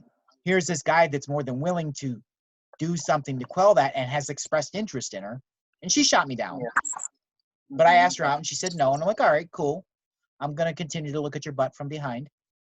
I didn't tell her that part, but she already knew. But, we got together and fooled around and made out on Valentine's Day, and eventually she lost her virginity to me. Well, then a year after doing that, she was pregnant. And she lived in constant anxiety of that and has kind of put some of that on my kid, that his birth was a mistake. He's a little young to have already had the sex conversation. Not at 8, probably fine enough, but she's had this conversation with him for years. So he's a little young to understand it and thinks that he's a mistake sometimes. Yeah. See, but in our relationship off and on, it would be me that would always desire sex with her. And it wasn't that she wasn't desirable. It's that she felt guilt for doing it. Yeah. I mean, I always had her consent for sex, but she didn't want to be a person having sex outside of marriage. And when my answer to that was, okay, I'll marry you, her answer was, oh, I can't marry you. And among many reasons, my personality sure played a big factor in that. But of many reasons, is I'm not Christian. And she couldn't see herself marrying a man that wasn't Christian. But that's I ran into that before. Um, If you're gonna like when, continue to have sex and feel guilty for it with a guy, you might as well just marry him anyways, so that you can stop living in sin. thank you. Because You at know, least you're gonna have really good sex. yeah, it's that's another thing too because like okay, I remember this one girl I used to talk to. She was obviously, you know, she was Christian. I'm talking about she was homeschooled, brought up, mom, dad. That's it. That's all she knows. Dear Okay. Lord, that's a sheltered life. Oh my goodness, so sheltered. She's, I think she's like I think like a year older than me. Okay. And here's the hilarious part about it was that she straight up believes. I'm talking about believes that you gotta go to church, you gotta do this, all this stuff, right? And she was like, you know, I talked about, I was just like, well, you know, and we were just having a conversation about this. Didn't mean anything serious. I just said, you know, when, you know, time comes, obviously, where would you like to, I asked her, I was like, where would you like to live at? That's one of my main questions is, okay, where would you like to live at? And where would you like, what kind of house you would want? All kinds of stuff. I like talking about those things because if I sit here and say that I want to have a small cottage and it's just real simple, basic life, and you want a fucking mansion, we're gonna clash. We're gonna clash. Or you say you want to live in a nice hot climate where I'd rather live somewhere that's just cold. Or I want it temperate. temperate, you know, just temperate. You know, I don't want to be around all the like Florida or my like, you know, or Oof, I Georgia. am not a goddamn lizard. Thank you. Okay, I don't want to live in no goddamn old desert. I'm cool. You know, like it's okay. But if she's that type, we're gonna clash because Right. we're I want to be happy and I want that other person to be happy. That's the main thing about it. If you're not happy with me, you know, feel free to go towards the door that way. Preferably don't run into the wall and put it in it. So but that was the topic that she and I was talking about and she felt offended by it. Now, granted, she made the assumption that I should know what her religion is and what her beliefs and morals and values are Of course right I'm off Christian, rip. because why wouldn't I be? Isn't everybody? Isn't that the only Yes, right way? yes, everybody is a Christian in this perfect, shiny rainbow and butterfly world. Oh, Christ And and naivety. Lady, you're 42. Why are you so fucking naive? thank you, okay? And I was just like, and here, here's the irony of it. She has a degree in psychology. And Yes, I was just like, wait, hold up, you have a degree in psychology from you don't college? understand how people's minds work?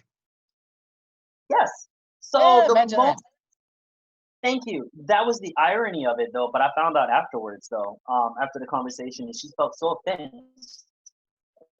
And I'm like, what do you mean? She was like, now, no, I brought her over like the one time. I was like, hey, you know, you can come over to my place the one time. And she was fine with coming over. But when it came to coming over to her place, she was, no, no, no, no. I'm like, I felt kind of offended. I'm like, well, then when I stopped, I'm like, well, I don't want her over at my place if I can't come over to your place type thing. And Does it's she just live to with her watch her. parents?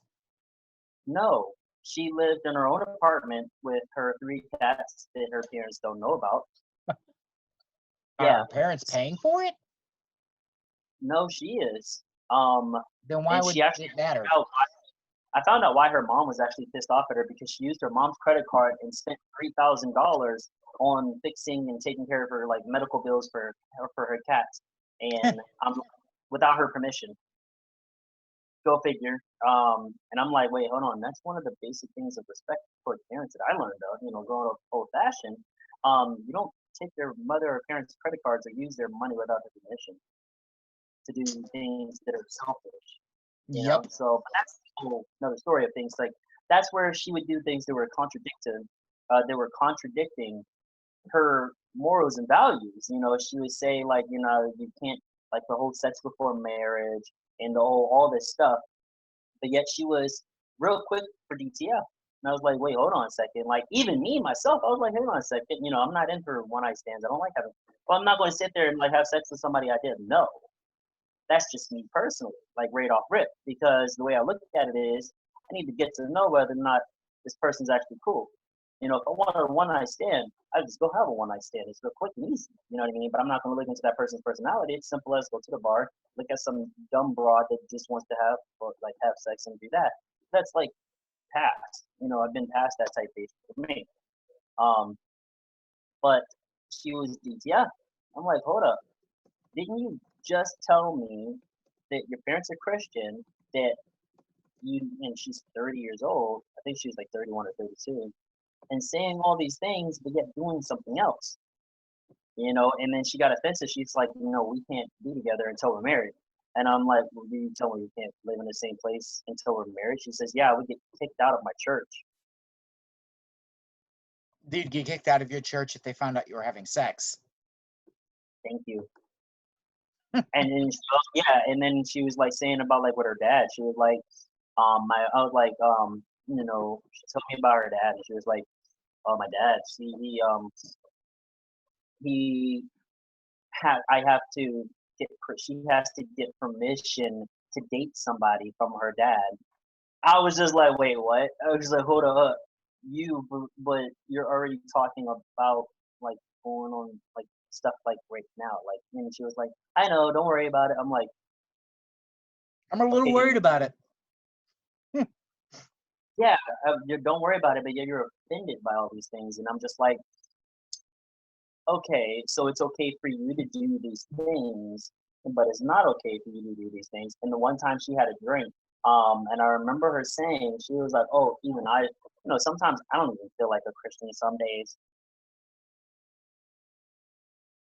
And I tried to ask her reiterate on that. I was like, excuse me, and she was just like, nothing, nothing. I'm just like, she's just random thoughts and things like that. And I'm just sitting there, I'm just like, but yet all you can think about is Disney things and things like that. And she was singing Disney songs and stuff. And I'm just like, okay, I don't really get all the Disney references.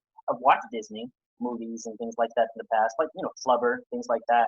And I'm just like, but then she'll turn around and freaking play some metal music. And I'm like, but then if I played metal music, it was too dark for her and unreligious. Like, She judges herself by a different set of standards than everyone else.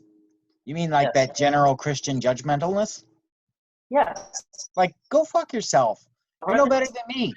Your religion does not make you better than me. Thank you. And I'm like, just because I lack religion and you don't understand anything about me, I mean, you do realize that I love and hate myself at the same time, and I'm perfectly fine with that.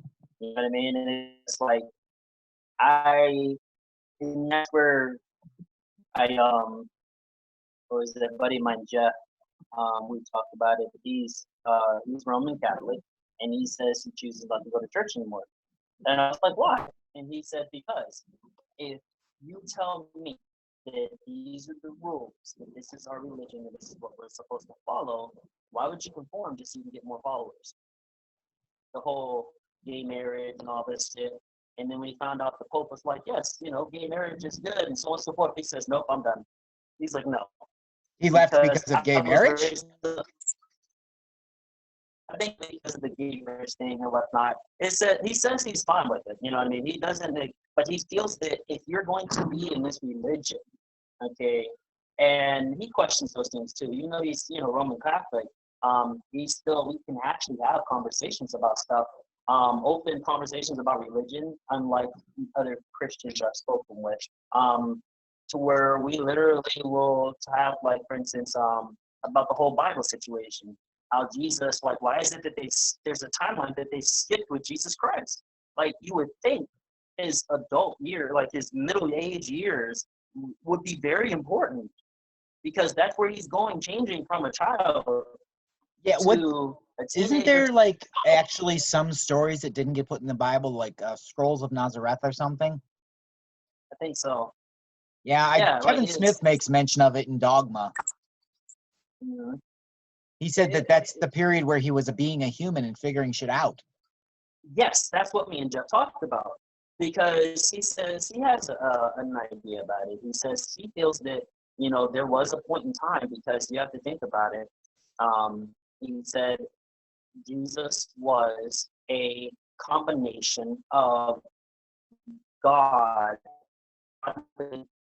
perfect being and an imperfect being. He was a human, but he also, like, he was imperfect, he was perfect, and here it is. It was like he feels that he was like, oh shit, Jesus realized that he's human. He has these human emotions inside of him, and he needed to figure shit out. So he went around and traveled, and they don't want to write that because they want to see Jesus as this perfect being, that he's all perfect and he's this, but in actuality, he was perfectly imperfect. They don't want to see him as human. They want him to be seen as God. Yes. And that's where it's like, where like he says, he was like, honestly believe that God, like Jesus, went around and he did some crazy ass shit. He was being human. There's probably a reason he knew all those thieves and hookers. Yes, they're exactly. That's where he says he met some of them. He spent some time. He was going around being human. And that would be a great comic book. I would love that, actually. There's a ton of these like Antichrist stories or post-apocalypse stories of like the wastelands after the apocalypse, or Judas. There's even a few manga and Korean manga about Judas and him living his life as a marked man, or even Cain and Abel stories, but like those characters put into modern times or after some apocalypse. I would love to see it about the supposed perfect person and him being imperfect.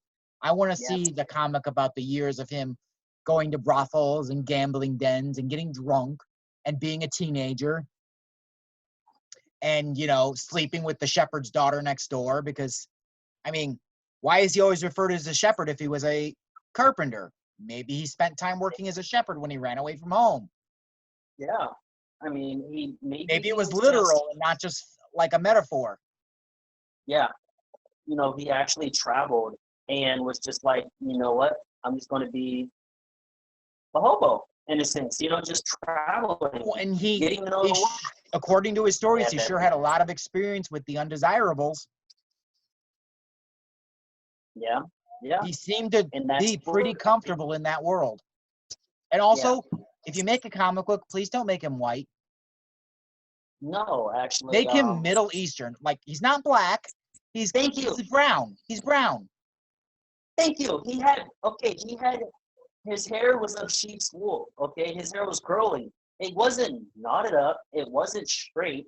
And he was like what? Almost like he was Egyptian. Okay. Even the Anglo names we know for all those fucking apostles were changed 3 times. Even in the Bible, they said when they became an apostle, their name was changed to something more Anglo.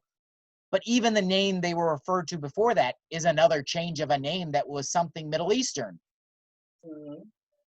So yes, make him some Middle Eastern man. You can do black and white manga if you really want to get fancy about it, but don't draw him looking like fucking like the Ubermensch from some Nazi propaganda.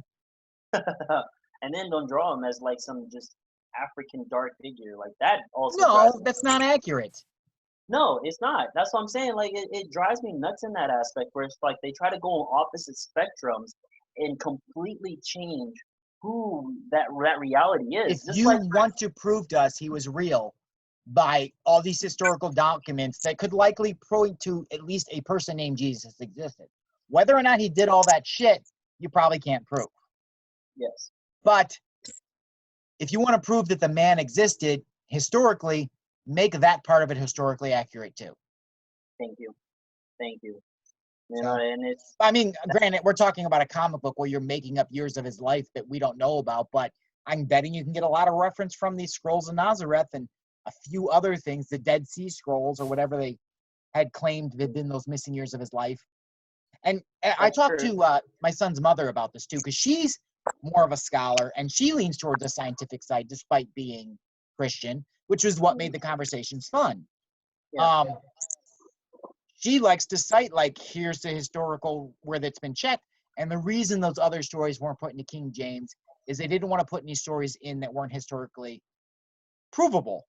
The ones they put in there had some kind of other evidence to back it up. And I'm like, I'll agree. I'll come with you halfway on that. I'll agree that there were a shit ton of scholars that did their damnedest to go, well, these stories we can prove. But you are exceptionally naive if you don't think there was an aristocracy and a bit of like, well, we can't put that story in even if proven because it disproves this, because it contradicts this. You're exceptionally naive if you don't at least take like the middle road on that one and say humans made choices in that matter too. and they excluded some Yeah. things that could have been proven, or at least Yeah. historically verified by several different credible sources, like you're writing a term Sure. paper. Yeah, and that's another thing too, though. My anthropology professor, I think you remember him, over at Kent State in Ashtabula. When he mentioned, he was like, history, it's exactly as I said, it's his story. Whatever's left over, I mean, you can spin it however you want to. I mean, and there's always that cliched saying that history is written by the winners. That's true. So, I mean, there's a whole shitload of the story we might not know. Yes. Like And Christopher Columbus in the last 20 years, right? oh my goodness. Yes. Like, he discovered America for Europe. America had already been discovered, sure, but what became the culture of the United States wouldn't exist without his discovery. So there's that important part, but he was human and he did a lot of fucked up shit too. Yeah. Yeah. Like really fucked up shit. But so did the Spanish conquistadors, who were responsible for the culture that is Mexico now, because it's a mix of Spanish and Aztec and Mayan. Hmm. And see, that's where it's like, And of course, a few pirates in the mix. The Caribbean islands had got some pirate blood mixed in there because they went over there and probably fucked a lot. I'm sure they did. I mean, they pulled. I mean, what else would you do if you're pillaging and raping a society? Someone's getting pregnant. Yes, and I'm pretty sure they didn't invent condoms during that time. No. And then when they would be- got set up as ports for merchants to sit there were hookers there. Oh, they had fun. Yeah, I mean, right. You're going to be leaving anyways. Who cares? Mhm. I mean, it's and that's another reason also like why I enjoy like Vikings, stories about Vikings, because one, they kept it simple. Okay, it was just as simple as, look, we're just going to sell, enjoy ourselves, and pillage, and just fucking, hey, we're going to fuck, and we're going to kill, and we're going to leave. Let's go somewhere else. I mean, They were the like pirate airbenders of our world.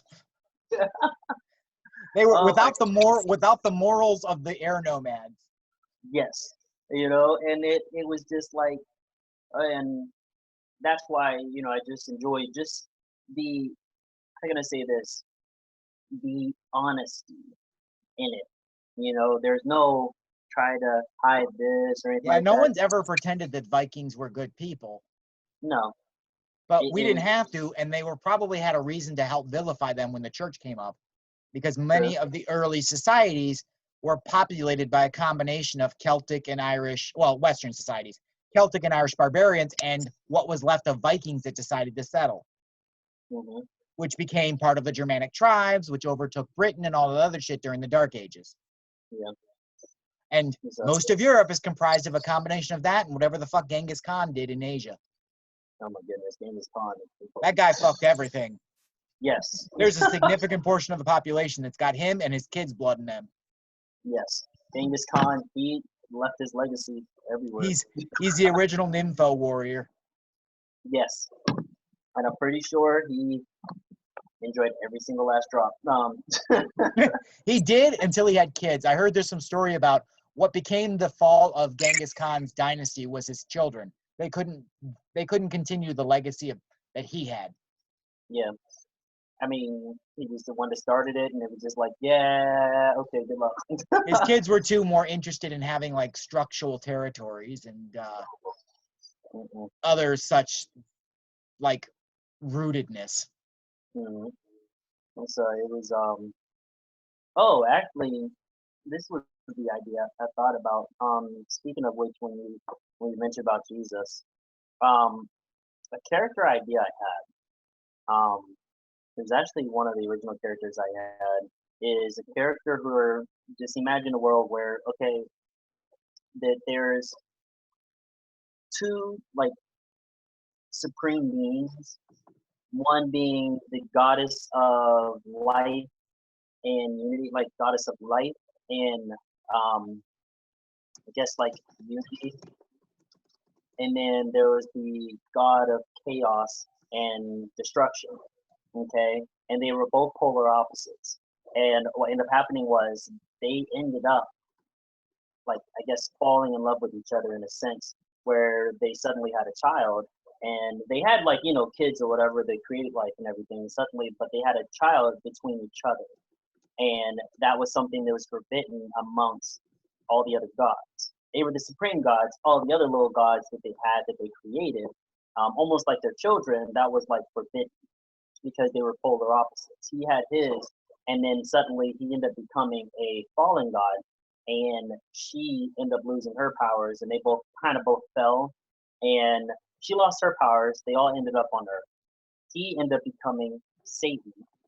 She ended up becoming Pandora, and their child that they had, which is both, she gave birth like when he became, well, not necessarily they had a child, but they fell for each other, and then they ended up losing their powers. Him became fallen, known as Satan, and her, she ended up becoming known as Pandora. He found her as Satan, impregnated her, and then suddenly they had a child, which was partially human, part god, and part like devil in a sense. And it's almost like this something that happens where she uses her powers and he gets sealed away in a box.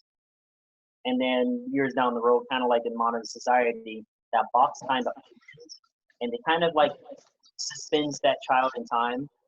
So that child ends up growing up amongst society, in an orphanage, and then, you know, gets adopted, and eventually he basically grows up, and his powers kind of starts coming to age, and he's almost like the perfect balance of the unity of light and darkness, because of like light, destruction, rebirth, all those combined into one, and he's almost like a balancer.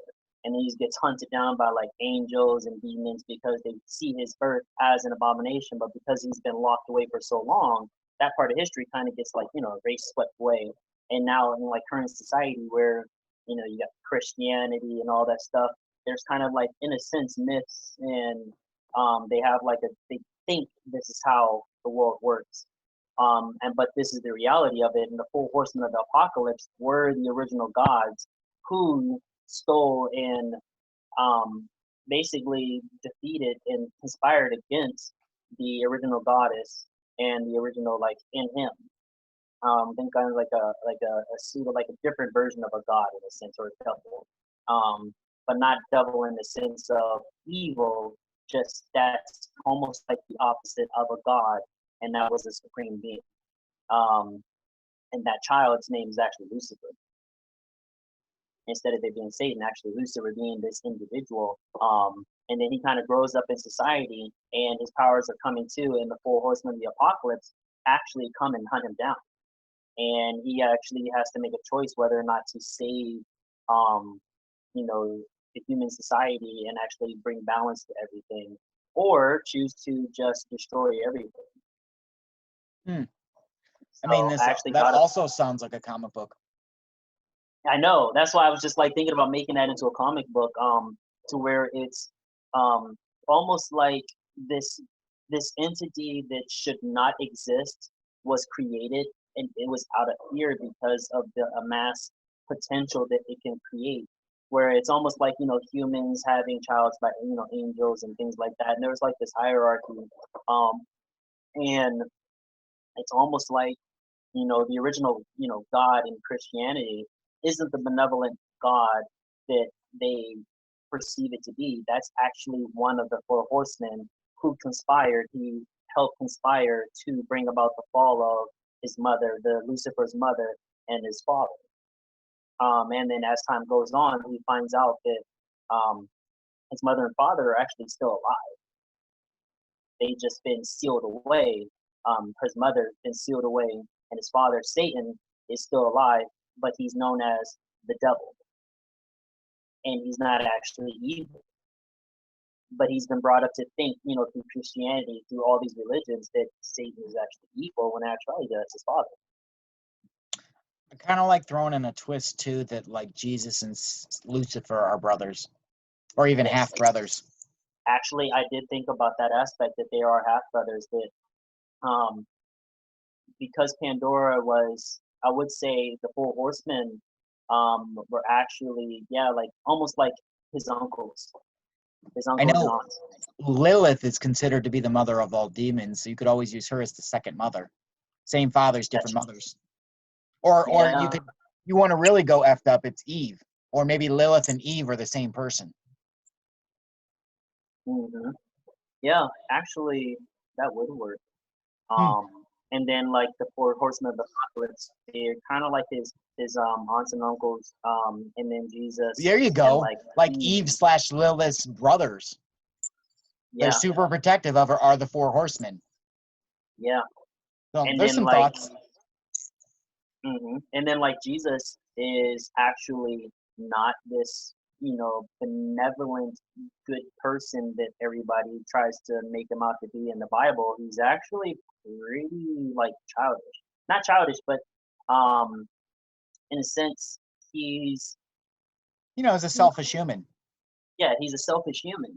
He puts a smile in he'll smile in your face, but do different things behind your back. Like, wait, hold on a second, you just, you know what I mean? And then to come to Like a find little bit out, like a con man. yes, like a con man. And then some of the things thought of as miracles was some of his cons. Yes, where he said, "Oh, you're all drinking wine," and in actuality, actually, he just did a little thing or whatever, almost like in a sense, a different version of Loki, Okay.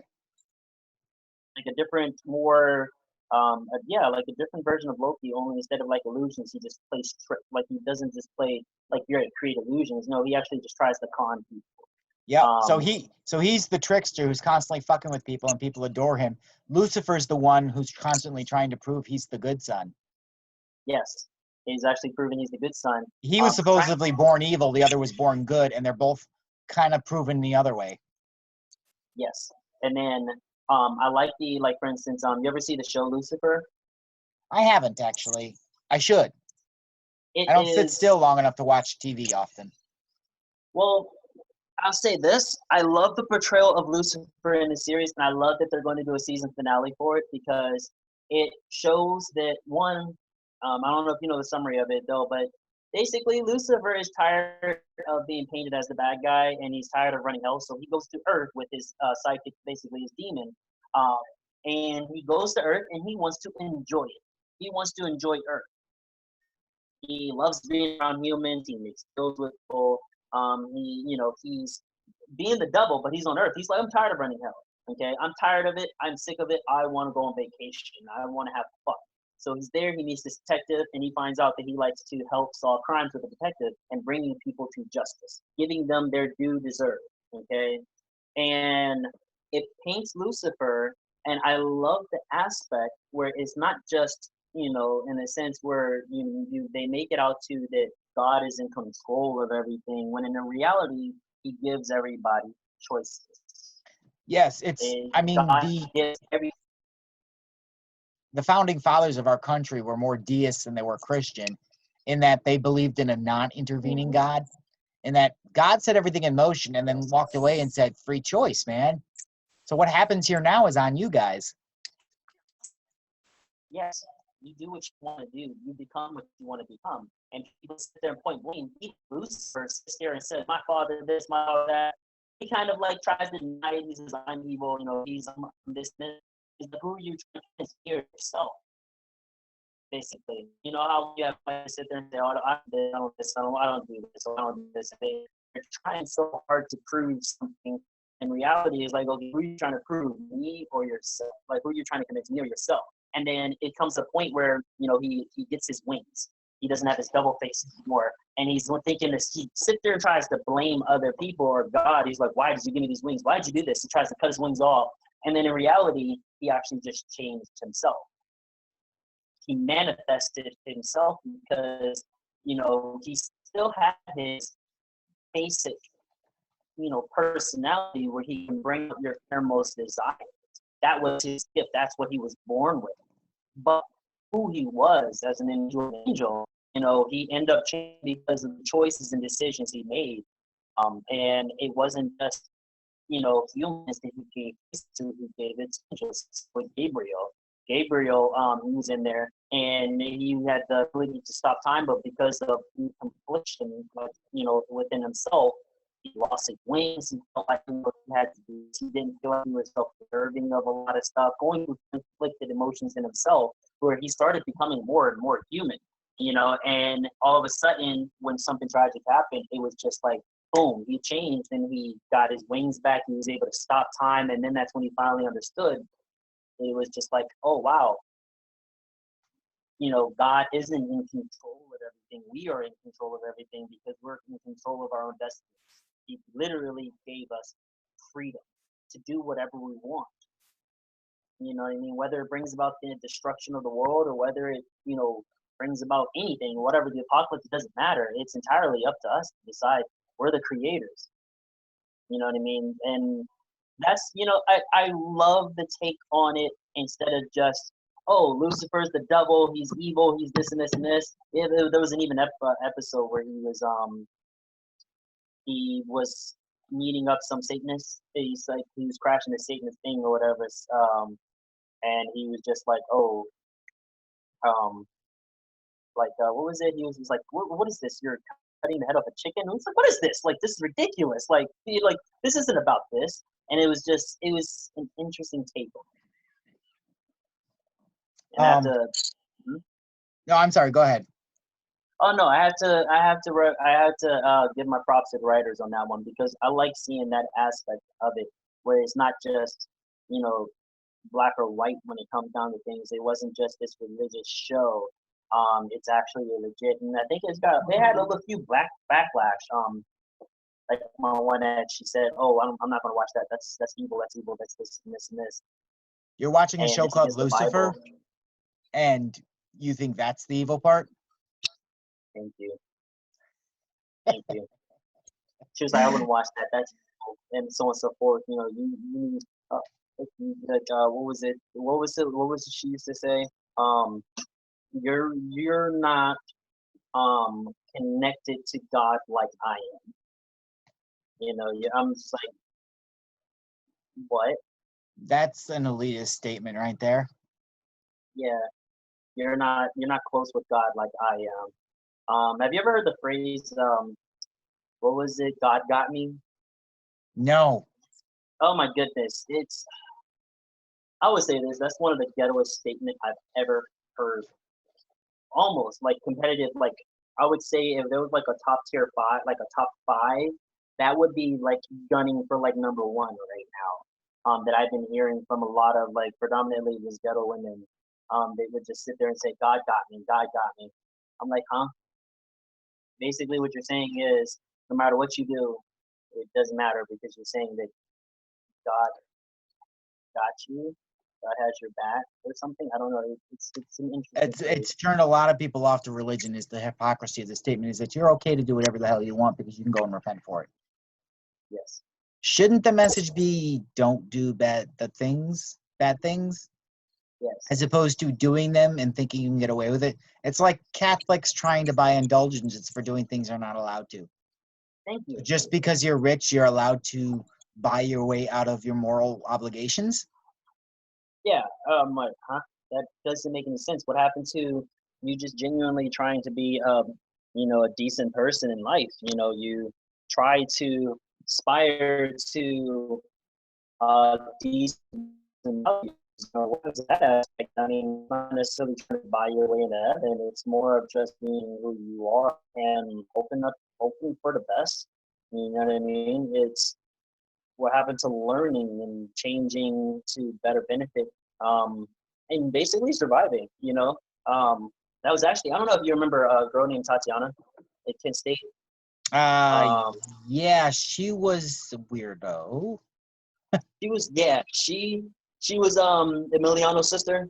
Yep. Yeah. I don't know. I've ever told you the time I went up to see them during Christmas. They had an odd family. Huh? From what I could tell, they had an odd family. Yes, very, very odd. Give me 1 sec. I'm gonna use the restroom real quick. I'll be right back. And then I'll tell you what happened with that little situation. Okay, because you might like this aspect of it. There's a woman who was very interesting at Kent State, very religious, that had an interesting experience, but I'll be right back. All right. Okay, so basically what happened was they invited me to come down and I was like, cool, right? I had a crush on her. thought she was cute and everything, and her grandmother was cool. She wanted me to come down, and I was like, all right. So I go there. There was a very tall black woman who I've seen, and she was there with her. And no woman was there with her and Emiliano. And it was grandmother and her mom, tall black woman, and her daughter. Long story short, I don't know what happened, but the black woman found out that I wasn't religious. And she was just like, hold up. All of a sudden, she was like, she was talking about I cannot leave here until she was convinced that I was saved. Okay. Emiliano immediately went into his room, closed the door. And I would just say this. I was surrounded by females trying to convince me. They said, even Tatiana's mom, she was just like, well, how do you know Abraham Lincoln was a real person? You never met him. So how do you know Jesus wasn't a real person? And my whole thing was, okay, I may not have met that person, like obviously in person, but what does that have to do with my beliefs? It shouldn't matter. What matters is you look at the context, and I told them, I was like, you look at the context of the Bible. I don't take it to class. I look at the information and I learn from it.